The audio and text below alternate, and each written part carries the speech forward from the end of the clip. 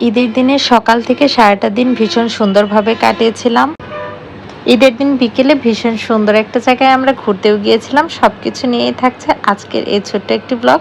আশা করছি আজকের এই ছোট্ট ব্লগটা আপনাদের সবার কাছে অনেক বেশি ভালো লাগবে। তো ঈদের দিন বিকেলে আমরা সবাই মিলে প্ল্যান করছিলাম যে কোথাও একটা ঘুরতে যাওয়া যাক।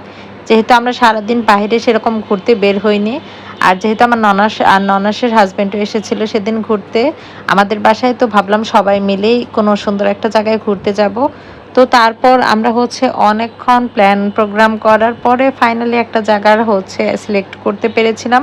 বাট যেহেতু আমাদের যেতে বেশ অনেকটাই লেট হয়ে গিয়েছে, যার কারণে পরিবেশটা তখন এতটাও ক্যামেরায় ধারণ করতে পারিনি। তারপরে যতটুকু এসেছে তাতে অনেক বেশি সুন্দর লাগছিল। আর এই জায়গাটা একদম ইন্ডিয়ার একটা সাইড আছে, সেই সাইডের মতো লাগছিল ব্রিজটা দেখতে।